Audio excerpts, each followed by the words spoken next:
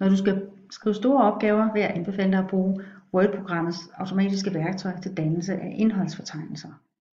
Her har vi en tekst om romantikken, og vi skal have markeret, hvad der er titel, og hvad der er hovedoverskrifter, og hvad der er underoverskrifter. Det du starter med, det er at markere teksten her, romantikken, og det er en titel på opgaven, så den markerer vi heroppe som titel. Nedenunder titlen, jeg tror lige vi laver et linjeskift der, så har vi en hovedoverskrift, introduktion til romantikken, det er det første store kapitel. Den markerer vi med en overskrift 1. Længere nede i teksten har vi faktisk et andet nyt hovedkapitel, nemlig baggrunden for romantikken. Den markerer vi også som overskrift 1. Sådan, så har vi de første 2 kapitler i opgaven. Inde i det første kapitel, altså det der hedder introduktion til romantikken, der har vi 2 underkapitler. Det ene er det der hedder, hvilke rødder har ordet romantik. Det her, det markerer vi med en overskrift 2. Og længere nede har vi skal lige have den der markeret rigtigt. Sådan, ja. Og længere nede har vi en nummer 2 underoverskrift, nemlig hvad er romantikken, og det markerer vi også med en overskrift 2. I kan se, at typografien på overskrifterne er lidt mindre end typografien på introduktion til romantikken, altså hovedoverskriften.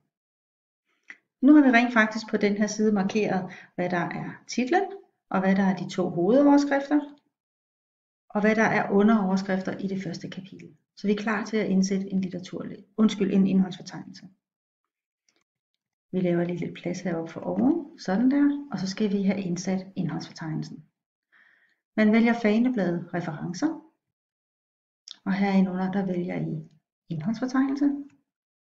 Og man kan vælge mellem forskellige typer af indholdsfortegnelse. Vi snupper bare den første her.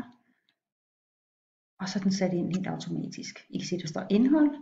Så kommer de 2 hovedoverskrifter, introduktion til romantikken og baggrund for romantikken.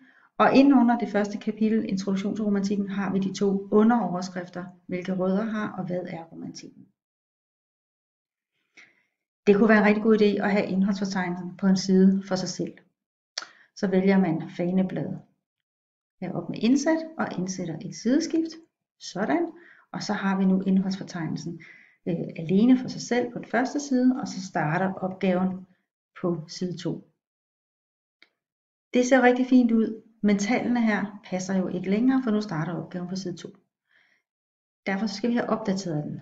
Vi stiller os lige her for at markere, så højreklikker man, og så vælger man opdatere felt.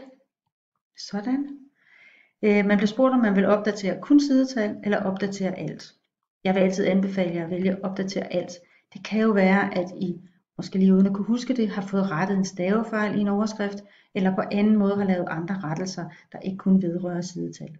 Så opdater alt, og så tryk på OK. Og straks skal I se herover, så blev tallene ændret til side 2, fordi nu er indholdsfortegnelsen jo på side 1, og selve opgaven starter her på side 2.